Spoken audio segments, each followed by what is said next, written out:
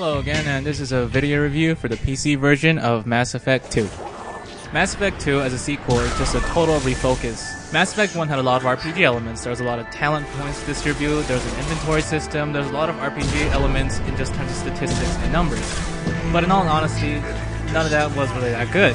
So instead of improving and refining all that, BioWare decided to just cut them all off all at once and decided to go for a much more focused action route. This has its ups and downs, and it's kind of really hard to classify Mass Effect 2 as like a true total RPG. But at the same time, it has those really long dialogue trees, it has a lot of character development, and so whatever Mass Effect 2 is, maybe it's some kind of hybrid, maybe you still call it an RPG, maybe now you call it a shooter, it doesn't really matter. It's a really great game, and you should play it. The game starts off a couple months after the events of Mass Effect 1. Now at this point, either the console is still multi-race and humans have been just inducted into it, or now it's just a totally human-run console. And as Shepard, you're tasked with chasing down the rest of the Geth, even though the real threat is still the Reapers from the first game. And within those first 10 minutes, some ship attacks you, the Normandy explodes, you die, you end up burning through the atmosphere of some planet, you rebuild, you get resurrected, and all of a sudden you work for a terrorist group called Cerberus, who has purely human interests in mind.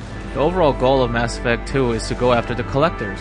Dozens upon dozens of human colonies have been wiped out. And so you as Shepard, you get your new ship, you build up a team, and you go into the Omega 4 relay to stop the Collectors once and for all. Now Mass Effect 2 story is around the periphery of the entire game. It comes off in a few choice moments, and of course towards the end, and you don't really get a sense of what's the overarching storyline for the trilogy until towards the way end of the game. So the story is more or less about learning about the teammates you recruit, and you're going to learn so much about them. Each of them have their own separate missions, they're all aboard the ship, and they all like to talk to you and talk about their own past and their own present and what they'll do in the future. And there's still that really awkward romance that I just wish BioWare just stopped doing because they don't do it very well. But as a game with characters that you care about and you want to learn more about, Mass Effect 2 definitely delivers. And it helps that the writing in general is a lot better. There's a lot more humor in it, each character has a lot more distinct rhetoric, more distinct vernacular, and it really helps them to be individuals like Dane and Samara and generally just everybody. You'll learn to hate some characters for the right reasons, you'll learn to love them for the right reasons.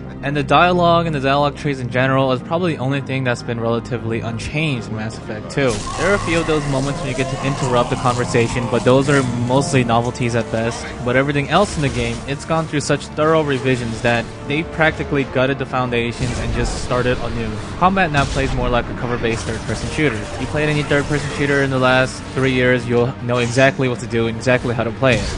And it's not some cheap knockoff or pales in comparison to others that just focus on the shooting. No, it's very, very good at what it does. It's some of the best. The cover system doesn't feel sticky, it just feels just right. The way you fire off a gun, the recoil just feels great. The snap, the trigger, and the way the enemy reacts to it, there's all that nice, tangible feedback that you get whenever you fire a bullet. The move to reloadable heat sinks just makes firefights even more frantic and faster. And some of the classes have some really, really great powers, like the Vanguard's charge is absolutely awesome. And it gives Mass Effect 2 its own distinct flavor with just the powers alone.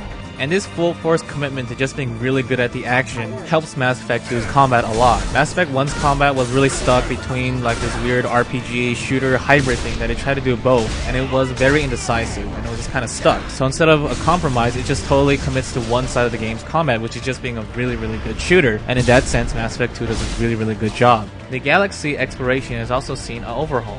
All side missions are now called N7 missions. These are a lot more focused, usually shooter intensive, sometimes exploratory, that have very clear objectives and they last from anywhere from 5 to 10 minutes. They're not very long. There's only really a handful of these, and you're gonna have to find a lot of these by luck. And the way you do that is to scan planets. And scanning planets in Mass Effect 2 is very, very monotonous and very, very boring. The idea is that you're orbiting around the planet, and you're searching for minerals and you're mining them with probes. The idea, it's kinda interesting, but in practice, you just don't want to do it anymore. Every once in a while, you'll find a distress beacon that leads to another side mission, but again, there's only like 20 of them, and considering the number of planets in the game, it really is just blind luck. Unless you get an email from Cerberus that gives you some specific instructions on how to get to the next mission. Now, the real problem is that this planet scanning is not optional. You kind of have to do it if you're gonna make it through the last mission alive. You're gonna need to upgrade your ship, you're gonna need to upgrade your gear for you and your squad mates. And if you don't, chances are they'll be wiped out by the time the game's done. And also, this kind of limited exploration also makes the game feel very smaller in scope. Even though the scale of what's at hand is a very big deal, just being able to only land on one specific part of a planet instead of really exploring it, it does a lot to limit the grandeur of Mass Effect 2's world. I mean, make no mistake, the planet exploration in general is a lot better than what's in Mass Effect 1's, but it's kind of lost that element of discovery, that element of really exploring alien worlds, and that is pretty disappointing.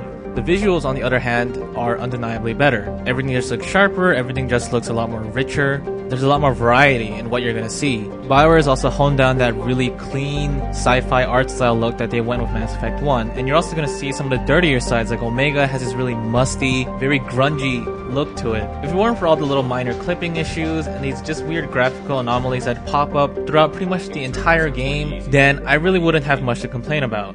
The audio is a bit of a different story. The ambient sounds are very, very good. It's some of the best sound work that I think BioWare has ever done. The voice acting is still great. You don't really hear any voice actors overlap with different characters, like in a Bethesda game. But one really questionable element is the game's soundtrack. Mass Effect 1 soundtrack was really, really heavy on synth and really heavy on electronic elements.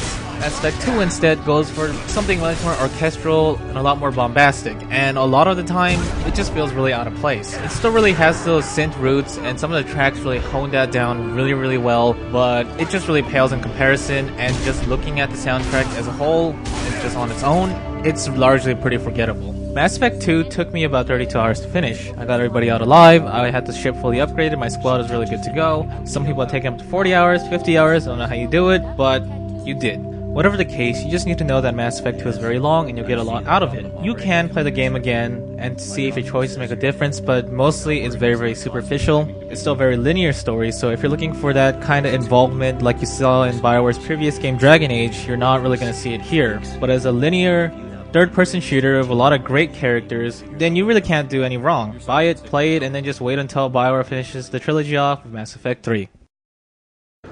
It was an opportunity to share. This conversation is over. Tell me again about your immune system. I have a shotgun. Maybe we'll talk later.